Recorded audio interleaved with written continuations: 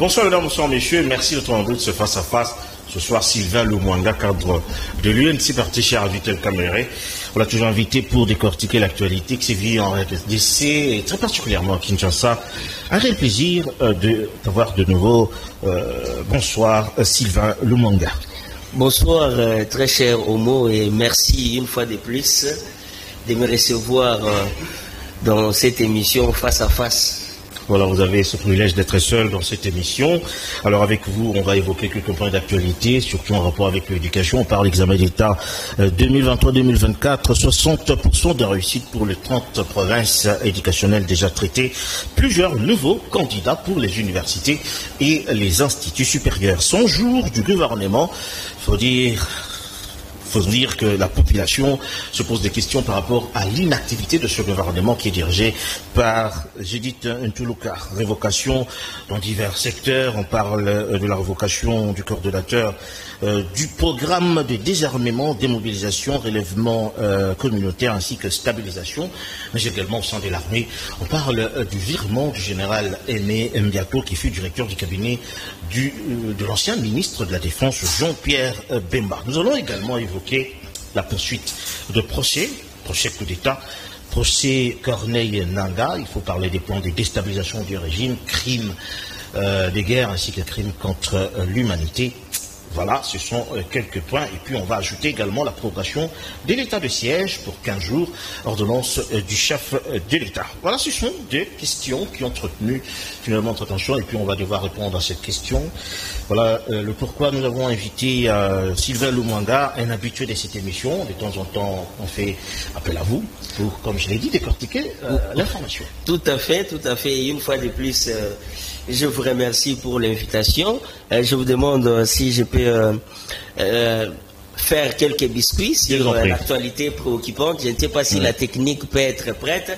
Elle peut nous aider avec une photo. J'aimerais faire comprendre aux autorités congolaises et tous les téléspectateurs qui nous suivent sur Canal Kin Télévision en ce moment. Il y a un grand problème. Voilà. Vous voyez cette photo-là? C'est l'Assemblée provinciale du Haut-Katanga, à Lubumbashi. Le bâtiment de l'Assemblée provinciale, il y a un jeune député national, député provincial, voulais-je dire, l'honorable Ahmed Moukouna. Il est questeur de l'Assemblée provinciale du Haut-Katanga. Ce jeune est victime de menaces d'assassinat en ce moment même. Tu as raison. Voilà. Il est chrétien, croyant d'une église des réveils, l'église libre d'Afrique, communément appelée ELDA. Alors, ses croyances ou ses soutiens, son appartenance à un des représentants légaux actuels sont en train de lui coûter la vie aujourd'hui. Il y a un certain pasteur de cette même communauté ici à Kinshasa, monsieur le pasteur Romain Tchunza, qui est en train de menacer ce jeune homme, cet honorable député, pour lui ôter la vie. Il a même financé un certain Jano Mwamba Al-Bumbashi, à Kolwezi plutôt, qui a éliminé un autre pasteur à Kolwezi. Un pasteur qui est aussi proche de ce même représentant légal Jean Kabea que l'honorable Ahmed est en train de soutenir. Tout ça pourquoi leur objectif est de faire tomber le représentant légal de l'église libre d'Afrique, communément appelée ELDA. Et donc, comme l'honorable Ahmed Moukouna, questeur à l'Assemblée provinciale du Haut-Katanga, est derrière cet homme pour affaiblir le représentant légal, il faut éliminer ces derniers. Mais vous vous imaginez dans un pays où d'abord un élu du peuple, une autorité légalement établie, questeur du bureau de l'Assemblée provinciale, vit en insécurité. Sa vie est devenue, sa situation sécuritaire est devenue inquiétante. À combien plus forte raison la population? Donc sur ce point, j'en appelle à la conscience des autorités locales dans la province du Haut-Katanga. Personnellement, le gouverneur de province du Haut-Katanga, son excellence Jacques Yaboula Katoué, qui va me suivre, et toutes les autorités compétentes dans les secteurs de sécurité, de pouvoir protéger la vie de cet homme qui est questeur de l'Assemblée provinciale et dont ses électeurs, qui sont les souverains primaires, attendent beaucoup de lui. Voilà. Un deuxième point pour... Oui, un deuxième biscuit. Ces biscuits. Je présente au peuple congolais qui me suivent 2 passeports. Peuple congolais, ça, ce sont mes 2 passeports. Ça, c'est un passeport qui a expiré et ça, c'est un passeport nouvellement acquis. Je vous explique ce qui se passe dans notre pays. Mon très cher Homo, je vous dis, nous souffrons. Nous n'avons pas de permis de conduire. Nous n'avons pas de carte d'identité. La carte d'identité qui a été nouvellement lancée n'est pas encore valide. Selon les informations, l'argent a été même détourné. Une poignée de Congolais a reçu cette carte-là, disons des autorités. Mais ils ne peuvent pas s'en servir. On n'a pas de permis de conduire depuis 2017. Donc, le conducteur roule comme ça, sans des documents. Les cartes d'électeurs qu'on nous a données par la CENI, cadimalisées par M. Kadima, les écrits s'effacent. Et me retrouvant avec un passeport ayant déjà expiré, je ne sais pas effectuer une opération à la banque. Et donc, pour renouveler un passeport, ça m'a valu $200.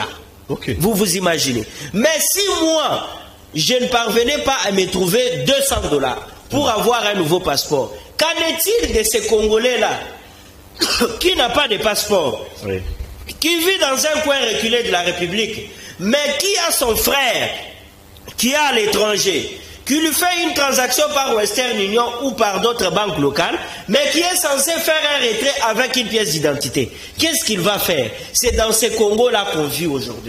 Merci Sylvain. Un Congo où la compagnie nationale n'a pas d'avion. Aujourd'hui, Congo Airways n'a pas d'avion. Pour se déplacer de Kolosi pour Kinshasa, il faut plus de $300 pour un billet d'avion, pour un vol de 2h30. C'est grave. Je rappelle que vous faites souvent l'est du pays. Vous êtes souvent au Katanga. Le sud-est. Le sud-est du pays. Le Katanga pour Kinshasa. Et pour arriver ici, il faut plus de $300 pour 2h30. C'est catastrophique. Merci Sylvain. Question de vous poser. Un chant de la gorge.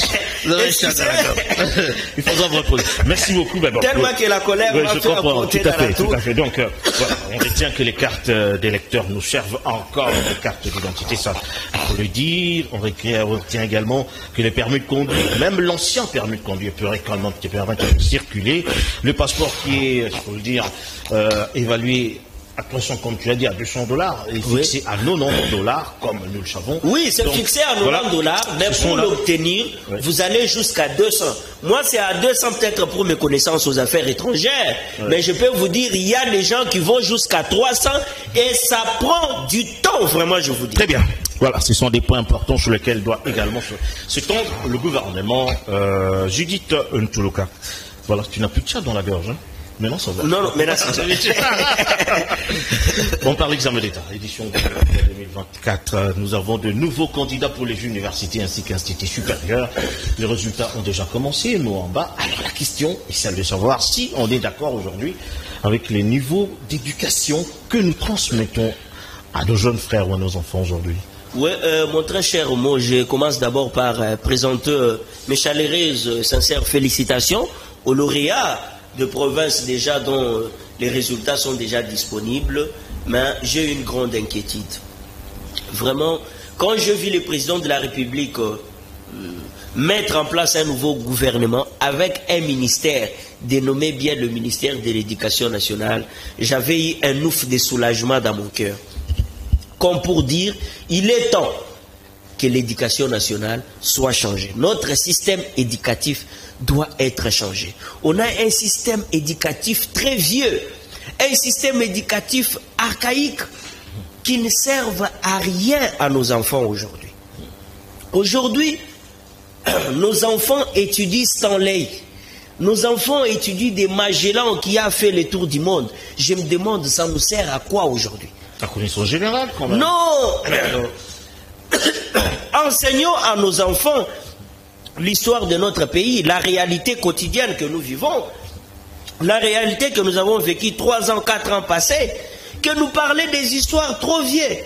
Quand vous allez dans le pays au Moyen-Orient ou en Occident, en Europe, vous allez remarquer que même les pays qui nous ont colonisés, aujourd'hui, ils n'étudient pas ce qu'ils ont vécu par les temps très très anciens là. C'est-à-dire, on a c'est là je ne vais pas belge, dire. On a peut-être aménagé un tout petit peu, mais le gros, c'est le programme que les Belges nous ont laissé. Ouais. C'est-à-dire le programme de la colonisation. Il faut l'adapter. Voilà. Peut-être à la réalité. Ces systèmes éducatifs-là n'est plus adapté à nos jours. Ouais. Il faut le modifier. Voilà pourquoi que notre mentalité est en train mais à qui revient finalement d'aller vers le parce bas. qu'on le dit souvent, c'est toujours un débat. Mais oui, à qui revient ça a toujours été un débat, mais qui reste sur papier, qui reste dans le plateau des télévisions, mais qui n'est jamais mis en application. Qui doit le mettre en application? C'est ça la question. C'est le chef de l'État ou le ministre de l'Éducation? Ça doit commencer au niveau du ministère de l'Éducation. Oui. Le ministère de l'Éducation doit amener ça au niveau du Conseil des ministres. Et les conseils vont entendre et ordonner. Même les élus doivent amener ça au niveau de l'Assemblée nationale. Ça doit faire partir des propositions des lois. Oui, j'ai aimé quand tu as parlé de Magellan, tu as parlé, je pense, de l'Empire Constantin. Mais s'il faut parler ou actualiser finalement ce programme d'histoire, on va parler de quelle histoire de la RDC? Parce qu'apparemment, on n'en a même pas. Non, on a une histoire. C'est quoi comme histoire? Nous avons Patrice Emery Lumumba. Notre héros national. C'est qu'on n'en parle pas dans les écoles. De reste mémoire, nous avons notre ancien président Joseph Mobutu, nous avons Joseph Kasavubu, mais à l'école on n'enseigne pas aux enfants ça. Les enfants apprennent ça auprès de grands-parents, auprès des oncles et des tantes, ou à des questions culturelles, ou les génies en herbe. C'est là qu'on demande ça. Nous tous, moi je suis passé par l'école, je n'ai pas étudié vraiment, je ne me souviens pas dans les cours d'histoire avoir étudié l'histoire des anciens présidents de ces pays. Mais au moins au travers mes recherches, je puis les faire. Même à l'université, on n'enseigne pas ça. Moi à l'université, j'ai étudié l'histoire politique des institutions du Congo. Mais on n'a pas étudié ça. C'est ça le programme, le nouveau système éducatif qui doit être mis en place au profit de nos enfants.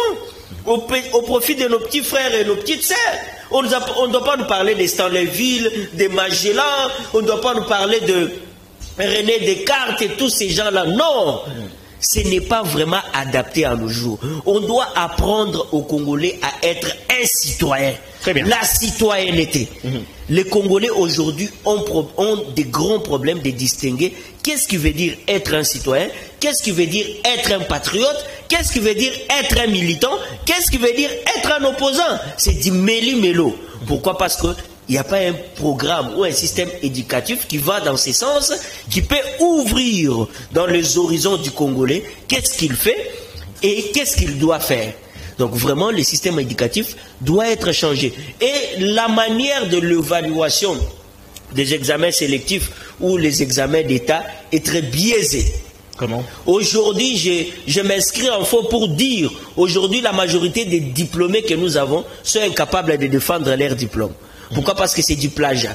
Pourquoi? Parce que c'est de la tricherie, de la fraude à ciel ouvert comme on a vécu à la CENI. Voyez-vous, on pose des questions à choix multiples. Et bien avant les examens, déjà, les questionnaires circulent déjà partout. Et les élèves ne font que du plagiat, ils ne font que se polycopier des mensonges ou des vérités. Et demain ou après-demain, on publie les résultats. J'ai vraiment honte pour notre système éducatif. Ce sont des candidats potentiels pour les universités. Tout à fait. Mais vous allez remarquer que quand ils vont faire des examens d'admission dans les universités ou les prépos, la majorité échoue. Vous allez voir quelqu'un qui a fait 70% aux examens d'État, faire 50% au test d'admission dans une institution universitaire crédible. Voyez-vous? Donc, on doit enlever ces systèmes de choix multiples là. C'est comme quand on nous amène aujourd'hui les systèmes LMD à l'université. C'est rendre encore moins intelligents les enfants. Pour avoir une bonne licence. Non, les enfants, les étudiants doivent faire 5 belles années à l'université. Vous voyez? Ils doivent mériter leur diplôme. Arrêtez-nous de ces systèmes-là précipités. Vous nous amenez l'Europe. L'Europe a admis ça en Europe quand ils ont évalué les niveaux européens. Mais nous, au Congo, notre niveau est trop bas. Vous nous amenez des histoires de standing avec un level très élevé. C'est rendre nos enfants moins intelligents. Je parie que beaucoup aujourd'hui... C'est pas par rapport au cours de l'université, on veut réduire par rapport à la bourse.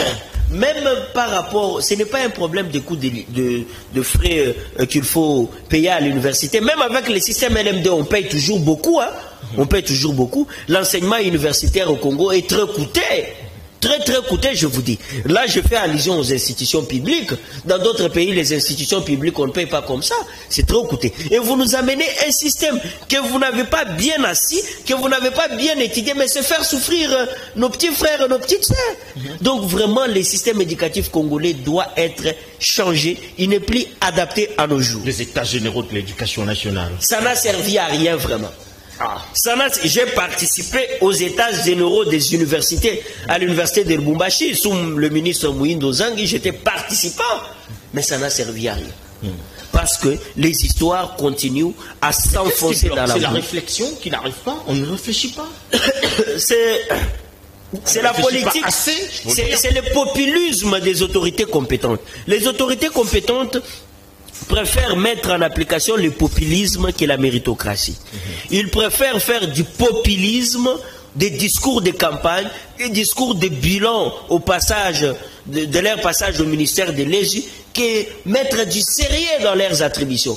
Plaire à un individu, plaire à un homme qui vous a mis là-bas, que rencontrer les desiderata ou les missions régaliennes qui vous sont assignées. C'est à ce que nous vivons aujourd'hui dans ces pays. Vous ne pensez pas que c'est un problème d'élite? Même ceux qui viennent de l'extérieur, qui ont étudié dans des grandes universités européennes ou occidentales, mais quand ils arrivent dans la gestion, c'est du fiasco. Qu'est-ce qui justifie cela? C'est déjà aujourd'hui un problème. Parler de l'élite, je doute aussi fort. Mais ce que je peux vous dire, je vous donne un exemple. Au ministère de l'EPST, on venait de connaître un professeur au ministère de l'EPST, professeur de droit du prestigieux université de prestigieuse faculté de droit de l'université de Kinshasa, l'honorable Tony Mouaba, un professeur de surcroît. Moi, j'avais applaudi, je m'étais dit, à l'EPST, on a un professeur d'université, les choses changeront. Mais je dois vous dire qu'il y a eu un scandale là-bas terrible, la multiplication des frais à l'EPST. Des frais qui ne servent à rien. L'actuel ministre a supprimé beaucoup de frais, aux frais de récréation, aux frais de gymnastique, trop de frais qui ne servent à rien. Oui, imaginez-vous. Ça ne sert à rien. Moderniser les systèmes, changer les systèmes éducatifs qui est une priorité, que multiplier des frais. Et donc, ce n'est pas un problème vraiment de l'élite seulement, mais aussi c'est un problème de volonté, prise de conscience et d'homme dans une quelconque attribution. Voilà, on souhaite bonne chance à tous ces candidats potentiels aux universités, à tous ces élèves qui attendent la publication des résultats. Bonne chance en tout cas, et puis bon, que Dieu nous aide pour qu'on change certaines choses dans ce pays. On prend les 100 jours du gouvernement. Oui, 100 jours du gouvernement. On se pose des questions. Ça fait, on tend vers 100 jours, s'il faut le dire déjà. Qu'est-ce que la population peut retenir de cette activité gouvernementale depuis que ça a commencé? Peuple congolais, c'est avec beaucoup d'inquiétude que je vous dis ces messages. Il y a 50 ans passés dans ces pays, la République démocratique du Congo faisait des dons à des pays tels que la Chine, l'Éthiopie, la Tanzanie, le Sénégal, vous voyez, le Tchad même. La République démocratique du Congo a envoyé ses militaires dans des pays en proie de guerre. C'était les Zaïre. Hein? Oui, les Zaïre à l'époque, l'actuelle République aujourd'hui. Vous voyez? Mais aujourd'hui, sommes-nous fiers de ce que la République démocratique du Congo est devenue aujourd'hui? Non. On n'est pas fiers aujourd'hui. Plus de 100 jours aujourd'hui du gouvernement, plus de 100 jours aujourd'hui de Madame le Premier ministre à la primature. On ne sent rien. Franchement, je ne peux pas le mentir parce que je suis de l'Union sacrée. Non, non, non, non. Il s'agit de l'intérêt général. On ne sent rien. La misère ne fait que s'accroître dans la population. Du jour le jour. L'instabilité monétaire du taux d'échange sur les marchés. Les taux, je suis parti de Kinshasa, j'ai laissé les taux à 2650. Là, nous sommes à 2850. Là, on est à 28,930. Vous imaginez, demain, nous serons à 30. Bien sûr, on vers ça. Et on ne sent rien des actions du gouvernement. Mais Madame Judith Ntuluka, quand même, n'est pas... Mais on se demande les priorités du gouvernement, où sont-elles? Il a un programme, quand Congo Airways devrait être la priorité du gouvernement. Congo Airways n'a pas d'avion jusqu'aujourd'hui. Dans ce pays. Congo Airways a perdu sa Oui, tout est prioritaire. Je te parle de l'agriculture, je te parle des finances, je te parle de... La situation sociale, économique est très dégradante. et les paniers de la ménagère. Oh, je me souviens du beau discours de Madame le Premier ministre, son discours d'investiture. Elle avait mis l'accent sur les paniers de la ménagère. Mais aujourd'hui, le coût du panier de la ménagère, Madame le Premier ministre, est très élevé. Mais qu'est-ce qui très élevé pour un foyer où un parent n'a pas d'emploi. Ce remède qu'elle pourrait ramener, Madame Judith, qu'est-ce qui bloquerait tout cela? La politique du gouvernement peine à être exécutée. La politique du gouvernement peine à être exécutée. Est-ce que la vision est ailleurs ou c'est du sabotage pur et simple? Je sens l'absence du leadership de l'autorité de l'État dans les chefs des institutions dans ce pays. Le chef de l'État quand même. Le chef de l'État a quand même cette bonne foi, cette bonne volonté. Tout à fait. Mais qu'est-ce qui cloche finalement? Tout à fait, le chef de l'État a cette bonne volonté, mais il y a une certaine léthargie dans la prise des décisions. Est-ce la mauvaise composition? Le mauvais casting? Parce qu'on se pose des questions. Il y a forte probabilité, le mauvais casting et aussi la mauvaise volonté. Venir se servir au lieu de venir servir la République. Je vous donne le cas de la ville-province de Kinshasa. Daniel Bumba nous a fait un très beau discours, il va faire mieux que ses prédécesseurs, mais il vient aux affaires, il se loge dans un hôtel de luxe. 40 000 $ par mois. Mais imaginez-vous. C'est peu quand même. Mais l'hôtel de ville est là. Si l'hôtel de ville est sale, allez dans ces saletés-là, travaillez dans ces saletés-là, mais réparez ça. Entre nous, c'est quand même un gouverneur de la ville. Il a quand même droit. C'est catastrophique. Je vous donne un autre exemple. Le ministre du portefeuille, Jean-Lucien Mboussa. Jean-Lucien Mboussa est en train de louer un bureau à l'hôtel Hilton. Pendant que juste à côté de l'hôtel Hilton, il y a le ministère du portefeuille. Vous savez pourquoi il loue là-bas? Il laisse son bureau parce que un ministre prédécesseur, disons Madame Adel Kaïnda, qui était ministre du portefeuille, elle a transformé un bien privé de l'État en un patrimoine privé, la maison verte. Oh non, mais allez-y au ministère du portefeuille, vous allez voir, c'est écrit la maison verte. Comme elle est Kumbangus, tous les murs du ministère sont transformés dans à la couleur verte. Les personnels administratifs contraints à s'habiller dans la tenue verte. Mais c'est quoi ça? Un patrimoine public, vous le privatisez comme si c'était votre propre maison. Non mais allez faire ça dans votre maison. Vous comprenez comment ces pays fonctionnent? Il n'y a pas moyen de rafraîchir le mur, les bâtiments. Et donc, vu que le ministre est en train de vouloir repeindre, il doit d'abord occuper un bureau de luxe qui fait saigner les caisses de l'État. Vous imaginez quand on a ces castings de personnes, est-ce qu'on doit vraiment attendre un bilan élogé? Qui laisse faire tout cela? Qui laisse faire tout cela? Mais ce sont les autorités que nous avons. Ce sont ces autorités-là. Voilà pourquoi je vous ai dit, il y a un problème dans la prise. C'est lui qui signe. Il y a un problème dans les chefs d'institutions que nous avons. Ah, voilà, c'est le problème général. Oui. Je parle qu'il y a un problème dans les chefs d'institutions. Donc, je ne sais pas spécifier que c'est quel tel chef, mais au moins j'ai dit. C'est Madame le Premier ministre qui met en œuvre la politique du gouvernement. C'est elle qui contrôle tous ces gens-là. Mais si elle-même d'abord a des sérieux problèmes dans son mode opératoire, est-ce qu'elle n'a pas des pots de banane finalement sur sa route? Parce que bon, être dame, on comprend ce que ça veut dire en RDC ou en Afrique. Ne pensez-vous pas qu'elle a des crocs à jambes ou des pots de banane sur sa voie? Ben, peut-être que oui, parce qu'au Congo, nous connaissons déjà depuis des années, être Premier ministre, c'est être esclave du président de la République. Et étant donné qu'elle est une femme... C'est trop fort. Non, mais je vous dis... Bon, pas esclave, je peux utiliser un terme qui n'a moins d'abitinda. Être au service de la nation. Non, pas vraiment être au service de la nation. Parce que s'il y a quelque chose qui se fait mal, on ne va pas jeter un discrédit sur le président de la République, on fait retomber la charge sur le Premier ministre. Mais quand le gouvernement pose de meilleurs actes, on acclame les chefs de l'État. Tu m'étonnes, tu es de l'Union sacrée quand même. Alors pourquoi je suis de l'Union sacrée. Alors, mais j'ai un sang congolais. Je vois comment le pays est en train de fonctionner et il est question des Congolais. Je ne peux pas être de l'Union sacrée, mâchant les mots sur une vérité concrète comme ça. Non. Vous voyez, je dis la vérité telle que je la vois. Quoi que je sois de l'union sacrée, quand ça se fait bien, on applaudit. Quand ça ne va pas, on décrit. C'est ça. Je suis patriote, mon homme. Vous tirez à je suis patriote. Le gouvernement, oui, que vous êtes censé soutenir. Je suis patriote, j'ai un sang congolais. Je me soucie de mes concitoyens, de nos compatriotes. Et donc, les coups du panier de la ménagère a galopé plus que par les temps jadis.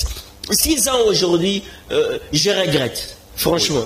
Ça mâcher le mot, je regrette que rien n'a changé. Le choix du chef de l'État, en choisissant Madame Judith Touloukla. Je regrette la mise en place des autorités en place. Je ne regrette pas le choix du chef de l'État. Ils sont passés par les élections. Tout à fait. Le chef de l'État a cette bonne volonté de faire les choses, mais il ne peut pas faire fonctionner tout au même moment. Vous voyez, nous sommes dans un régime semi-présidentiel où le président de la République met en œuvre la politique de son action via un gouvernement. Voilà, il faut maintenant la révision constitutionnelle. Tout à fait, il faut la révision constitutionnelle, mais elle n'est pas une priorité pour le moment. Quand le ventre est enflammé, qui va accepter de réviser la Constitution? Il faut donner d'abord que le ventre soit plein et qu'on pense à la révision constitutionnelle. Vous pensez vraiment que le pays va mal? Parce que vous faites une analyse un peu obscure. Le pays va très mal. Très mal, je vous dis. Regardez comment je suis en train de tousser.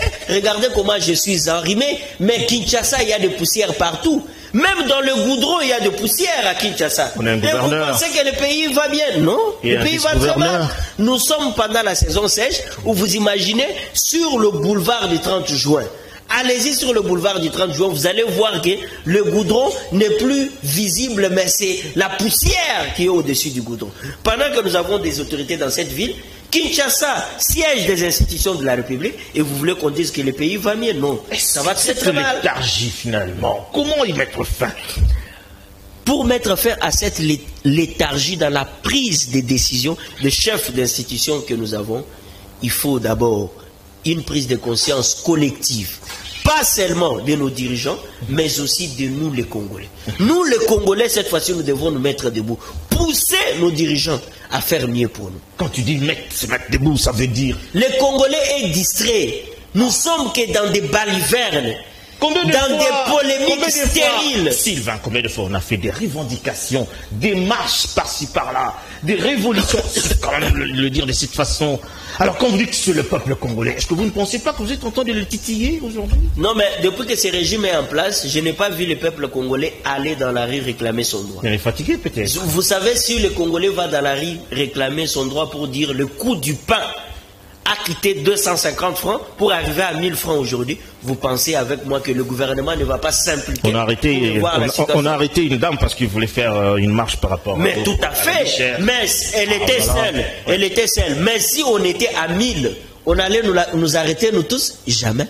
La voix des Congolais allait être entendue. Et ces gens-là qui arrêtent des Congolais, qui réclament les droits de tout un peuple pour leur faire taire, rendent un très mauvais service au président de la République. Le président est redevable aux Congolais. On tombe vers une année déjà. Mais oui, l'année est presque écoulée. Donc on passe une année comme ça. L'année est presque écoulée. Sans vision. Rien du tout, rien du tout. C'est dangereux pour un pays comme la RDC. C'est très très grave. Plus que grave même. Est-ce que vous sentez vraiment qu'il y a un gouvernement dans ces pays? C'est plus grave que quand on n'avait pas de gouvernement, avant la publication du gouvernement Soumino. C'est plus grave que ça. Détournement. Je vous dis. La dernière fois que j'ai acheté une sardine, c'était en 2016. J'ai acheté une sardine à 750 francs. Hier soir, j'ai acheté une sardine à 3000 francs. Mais c'était étonnant. Ailleurs, c'est 4000. J'ai dit, mais imaginez-vous si des histoires comme ça ont grimpé des prix comme ça. La bouteille d'eau de 500 francs, aujourd'hui, est introuvable. Donc tout ça, ça s'augmente du jour le jour. Du jour le jour. Et vous constaterez que le prix des produits de première nécessité augmente sur le marché, mais les revenus du Congolais, les revenus du fonctionnaire de l'État demeurent intacts. Lui, il n'augmente pas, mais les taux grimpent tous les jours. C'est grave. Mais nous avons des millionnaires aujourd'hui.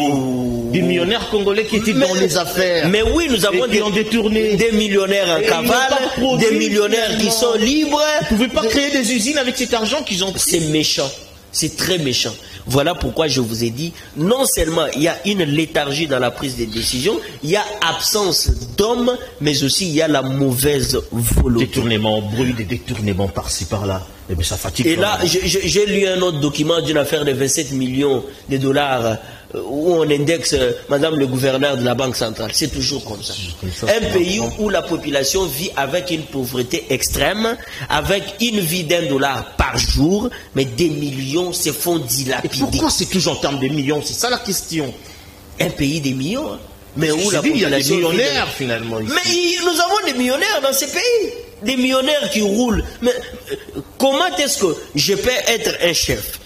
Moi, je me demande comment est-ce que Madame le Premier ministre peut rouler des véhicules de luxe, porter des vêtements de luxe, circuler à Kinshasa, pendant qu'elle sait qu'à Mikondo, ce qui est à Mikondo ou en Sélé, il y a une population qui boit une eau qui n'est pas potable. Vous voyez? Une eau puisée d'une rivière. Quand tu parles de l'eau, c'est très méchant. Oui, je donne un exemple. L'électricité. Voilà. Les voies de communication, il y a un port. Les habitats. Il y a un port qui a pris fait, je crois, le deuxième port de la République, le port d'Ilebo, qui a pris fait. Ilebo, oui. D'abord, on n'a pas d'autre, mais le patrimoine censé être protégé là prenne fait. Vous imaginez quand est-ce qu'on aura d'autres? Et quelqu'un me disait, au Congo, pour qu'on construise, il faut que ça soit d'abord détruit. On parle déjà de l'arrangement par rapport à la construction du port en eau profonde d'Abanana. Le VPM Jean-Pierre Bemba est déjà, je dis, on travaille avec d'autres parties prenantes pour se faire. Donc, vous savez, la pose de la première pierre a été faite il y a plus de 2 ans. Ça, tu parles de 2 ans, même à l'époque de Joseph Kabila. Mais oui, mais les travaux sont où? C'est comme la route... Kalambambouji qui va jusqu'en Angola. Cette route-là, le président de la République a fait une pause de la première pierre en septembre 2022, mais le ministre Guissaro est allé refaire une autre pause de la deuxième pierre. Voilà, ce sont des éléments d'information. Est-ce qu'on a la conscience? Le président de la République se déplace. Donc, la capitale arrive dans une autre ville. Le président fait une pause de la première pierre. 2 ans plus tard, aucun travaux n'est exécuté. Puis le ministre des Infrastructures... Il y a des divergences entre différentes parties prenantes. C'est pas normal. Et Fatih City, en passant, Fatih City. Je n'entends même plus parler de ça. Je ne sais même pas... C'était... Une deuxième ville oui. Pour désengorger la ville de Kinshasa. On en parle plus. On en est où aujourd'hui? On ne parle plus. Ce sont des discours populistes. Un peu là-dessus pour savoir... Non, parfois ce sont des discours populistes. Pour attirer l'attention de l'opinion, faire croire à l'opinion qu'on pense faire mieux même. De toutes les façons, on n'a qu'à souhaiter bonne chance au gouvernement. Je veux dire, par rapport à ces on ne cessera de souhaiter bonne chance au gouvernement. On ne cessera de penser que le gouvernement fera mieux. Mais quand le gouvernement ne fait pas, il faut le pousser à travailler. Dénoncer comme nous les dénonçons. Révocation du coordonnateur de PDDRCS. Je crois que c'est le prêtre Jean Bosco. Oui. Ah oui. Ça fait quand même bruit sous la toile, il faut le dire. Et il y a encore une autre vocation. L'ancien directeur de cabinet, l'ancien vice-premier ministre, le ministre Jean-Pierre Bemba, ministre de la Défense, lui aussi, vient d'être viré de l'armée. Alors c'est qu'il y a des enquêtes qui se font par rapport quand même à certaines activités. D'abord, le coordonnateur national du programme des démobilisations désarmement, démobilisation, réinsertion, intégration communautaire, puis stabilisation. Ouais. Monsieur l'abbé, le professeur Monsieur l'abbé Jean Bosco Bahale est allé en Ouganda avec l'ordre d'émission signé par le vice-premier ministre en charge de la Défense. Et donc, dans la lettre du coordonnateur adressée au directeur des cabinets du ministre, il sollicitait l'autorisation du ministre pour aller en Ouganda, s'enquérir du rapatriement des Congolais qui se retrouvaient en Centrafricain, qui dorénavant vivaient déjà en Ouganda. C'est ça ce qui révèle l'ordre de mission. Mais aussitôt arrivé là-bas, selon des images rendues virales par le média ougandais, ces derniers étaient comme les délégués de la République démocratique du Congo, aux côtés des collaborateurs de Corneille Nangaa et de Paul Kagame, pour négocier pour la paix à l'est de la République démocratique du Congo. Alors, l'ordre d'émission était pour le 18 juillet. Le 23 juillet, l'ordonnance a été lue sur la RTNC par Mme Tina Salama, portant révocation de ces derniers en ses fonctions. Vous voyez.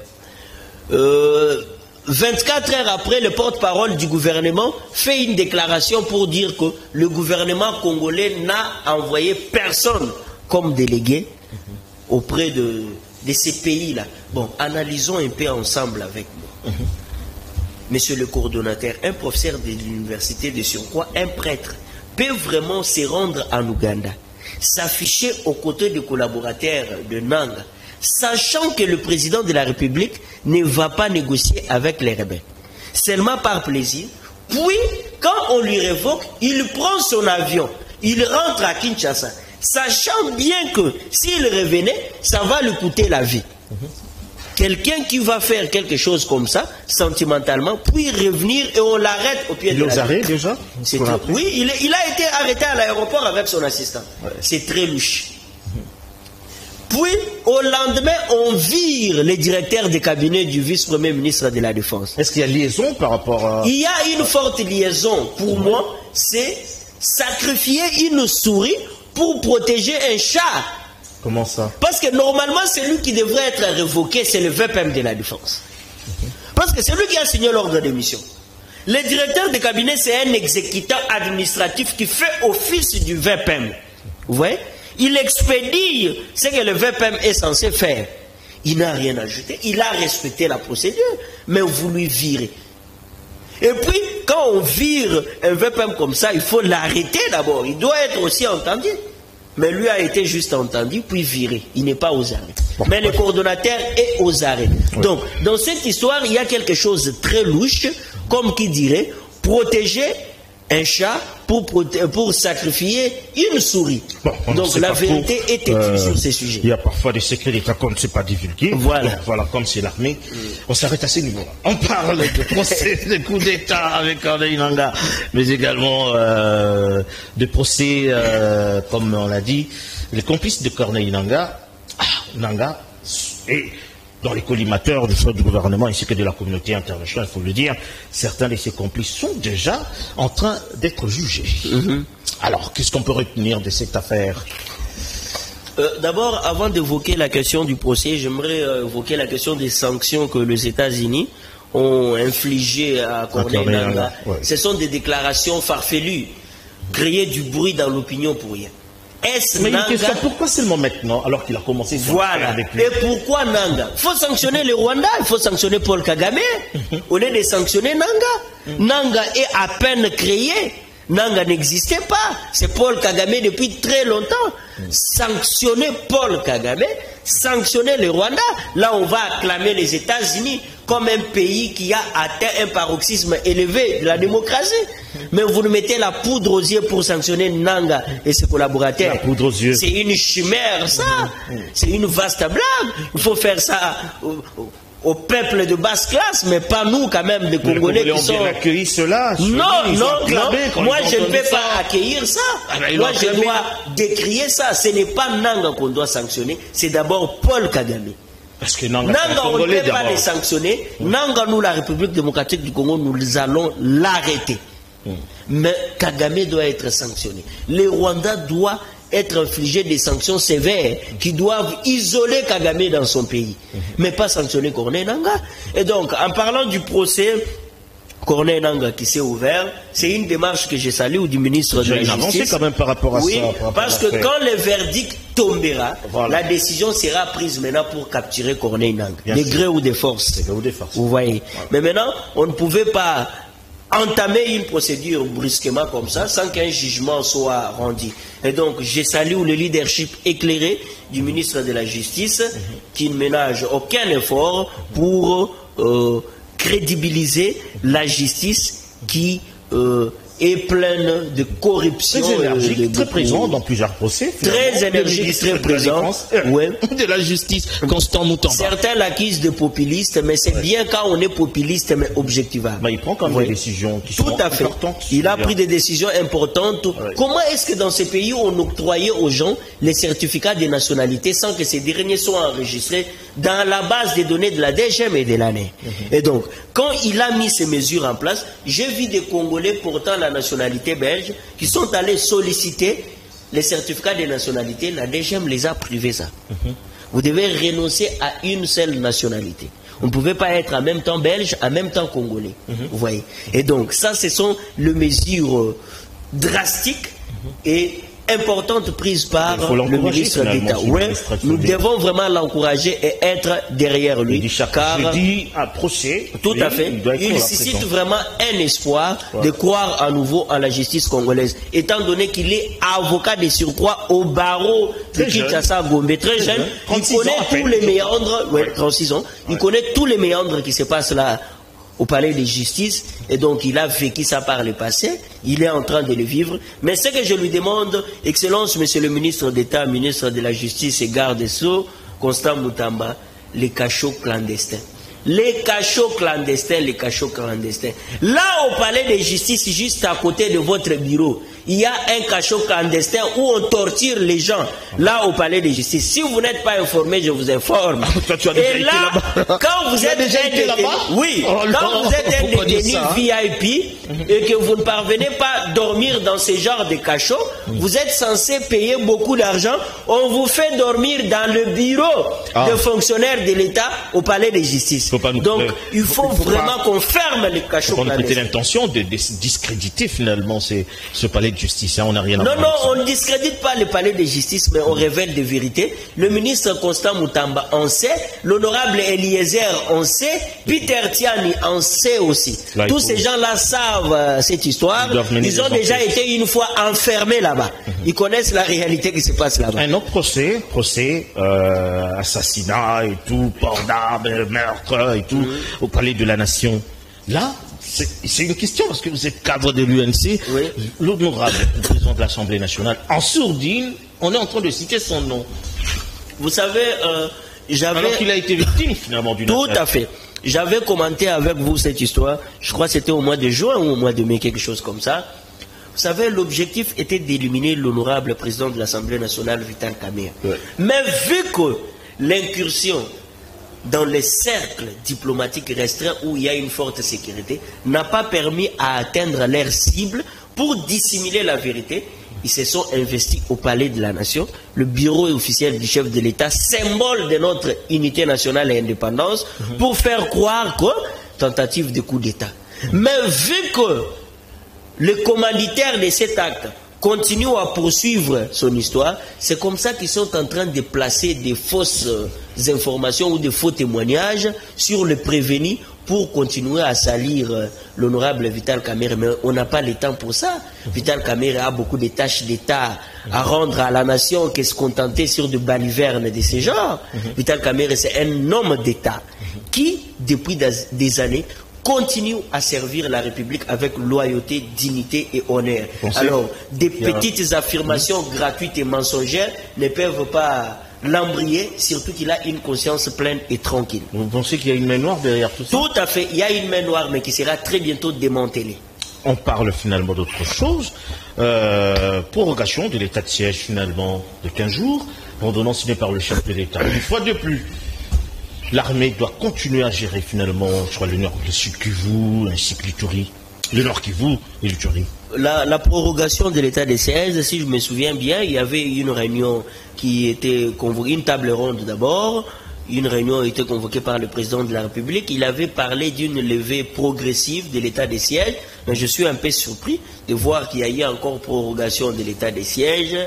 Mais quand même, avec l'état de siège, il y a eu quand même une meilleure façon d'encadrer la population et d'identifier les coins et recoins où les rebelles pouvaient être. Et donc, nous continuons à soutenir notre gouvernement dans toute sa prise de décision, dans toutes les démarches qu'ils sont en train d'entreprendre pour l'intérêt des Congolais. Mais la guerre continue finalement dans cette partie, la désolation finalement. La guerre continue. Malgré tous les efforts qu'on fournit finalement. Très cher Homo, la guerre continue, mais nous devons avoir une prise de conscience, soutenir les autorités légalement établies, car nous n'avons pas un autre pays que celui-ci. Moi, parfois, il m'arrive à me demander réellement si ce Congo va renaître de ses cendres et se tenir sur ses deux pieds? Pourquoi je me pose ces questions? Être sceptique. Hein. Oui, trop sceptique. Pourquoi? C'est quand je suis enseignant, je me livre au monnayage des côtes. C'est quand je suis fonctionnaire de l'État, l'État m'a fait confiance, l'État me confie de hautes responsabilités, mais j'exhibe mes qualités de détourneur des deniers publics. C'est quand je suis médecin, j'ai trahi mon serment de sauver des vies, mais quand je suis devant un malade, je dois exiger de l'argent pour soigner les malades. Qu'adviendra-t-il si c'était mon frère ou ma sœur? C'est quand je suis étudiant, étudiante ou élève, au lieu de faire preuve de patriotisme, étudier la leçon de la morale, je m'exhibe à des pratiques dégradantes, à la dépravation des mœurs. C'est quand je suis artiste et musicien, la musique fait jouir les gens dans le monde, qui combine les sons d'une manière agréable à l'oreille. Mais qu'est-ce que je véhicule dans cette musique? Ce n'est que la dépravation des mœurs. Et donc, avec toutes ces histoires-là, parfois, je me demande... Alors, pour quelle raison tu fais tout ça? Pour quelle raison tu fais tout ça? C'est comme bêtise. Je demande aux Congolais que nous devons avoir une prise de conscience. Nous devons prendre conscience. Il n'est plus temps de continuer dans ce qu'on était. Il est temps de faire avancer le Congo. 50 ans plus tard, nos pères fondateurs se retournent de leur tombe. Ils regrettent. Ils regrettent de ce que le Congo est devenu aujourd'hui. Le Congo aujourd'hui est devenu incapable d'avoir même un appareil, un avion seulement. Et les gens regrettent le Zaïre. Oui, on regrette les Zaïre. Alors que le Zaïre nous a également peiné, s'il faut le dire. Oui, les Zaïre nous a peiné. La dictature, tout. Aujourd'hui, nous avons la démocratie, mais nous avons une pire souffrance qui dépasse même la souffrance. Mais le chef de l'État n'est pas dictateur. Les chefs de l'État... C'est ça la question. Le chef de l'État n'est pas dictateur, mais le système politique congolais est pourri. Comment détruire ce système? Voilà. Il faut changer le système. Le chef de l'État doit user de son pouvoir discrétionnaire sur tout Congolais. Il doit imposer un leadership. On n'est plus au stade où on doit faire du liberté à quelqu'un et cette personne transforme la liberté en libertinage. C'est ce qu'on vit au Congo. Il a mis l'agence du changement de mentalité. Mais il a mis les chefs. Je vous donne un exemple. Le président de la République met en place l'APLC, l'agence de prévention des luttes contre la corruption. Mais le premier à être accusé de la corruption, c'est le coordonnateur. Imaginez-vous. Accusé d'une affaire de 40 millions. C'est grave. Ce qui ne va pas. Donc, le système est pourri. Donc, on enlève celui-ci, on met celui-ci. Quand l'autre vient, il tombe dans les mêmes pièges. Saint-Paul, il déshabille Saint-Pierre. Donc, on refait la roue. Et comment les Congos changera? Comment tu sais tout ça? Mais ça, c'est vraiment... J'invite les Congolais, peuple congolais. Si nous voulons voir un jour ces grands Congos, ces grands Congos qui exigent de nous de la grandeur, comme le disait le fait Patrice Emery Lumumba, nous devons avoir une prise de conscience totale. Voilà. Gouvernants et gouvernés. Voilà. Nous devons s'y mettre pour changer ces Congos et faire de ces Congos plus beaux qu'avant, comme nous l'avons toujours chanté dans notre hymne national. Voilà, j'ai aimé quand tu parles de Lumumba. Lumumba dit que l'avenir de ce pays est beau. Il attend de chacun de nous un travail. Tout à fait. Et ces Congos exigent de nous de la grandeur. Les seuls mots que je peux avoir à dire, je salue le président de la République personnellement, que je présente les chaleureuses salutations. Excellence, Monsieur le Président de la République. Hommage et loyauté renouvelée à mon président national, le président de l'Assemblée nationale, l'honorable Vital Kamerhe. Et je fais un saut au secrétaire interfédéral de l'UNC Lualaba, mon chef direct, l'honorable Christian Massoudi, pour la confiance renouvelée. Toujours ensemble. On clôture, mais j'aimerais un petit mot par rapport à Vital Kamerhe. On attend beaucoup de lui finalement. Tout à fait, c'est le faux Phoenix. J'aime bien l'appeler le faux Phoenix, le revenant, le pacificateur, le Mwalim, l'homme qui n'a que le Congo. On l'a pas encore senti finalement depuis qu'il est. Tout à fait, bientôt c'est la rentrée parlementaire. Non, ne dites pas que vous ne l'avez pas encore senti. L'honorable Vital Kamerhe revient d'une mission à Montréal où il était, à la 48e session du Parlement francophone, il a fait un pari gagné. Il a fait élire l'Assemblée générale là-bas pour obtenir les sanctions contre le Rwanda qui agressent dans son pays. Et il a recadré Madame la secrétaire générale de l'Organisation internationale de la francophonie, Marie-Louise Mushikiwabo, qui a parlé des États en guerre en ignorant la République démocratique du Congo qui est envahie par son pays qui est le Rwanda. Et donc, l'honorable Vital Kamerhe a fait une dénonciation très forte qui a permis à ce qu'il soit élu parmi les membres du bureau du Parlement francophone. Donc déjà, c'est un bon départ. Nous connaissons le prouesse plutôt du Mwalimu. Attendons-nous à avoir plus de 100 propositions de loi au bénéfice de la population congolaise. Voilà, la population attend également beaucoup de Jean-Pierre Bemba Gombo, qui est aujourd'hui ministre des Transports. On attend également beaucoup de Martin Fayoulou, l'opposant farouche du régime. On attend également beaucoup de Matata Pogno, de Moïse Katumbi, d'Adolphe Nozitou, d'Élise Sava, ainsi que tant d'autres universitaires et intellectuels de ce pays. On attend également beaucoup de tous ces prolétaires qui sont en train d'attendre de ce gouvernement une sorte d'ouverture afin d'aplanir le chemin. Le Congo, c'est notre pays, on entend beaucoup de ce Congo que nous aimons tant. Bonsoir et à la prochaine.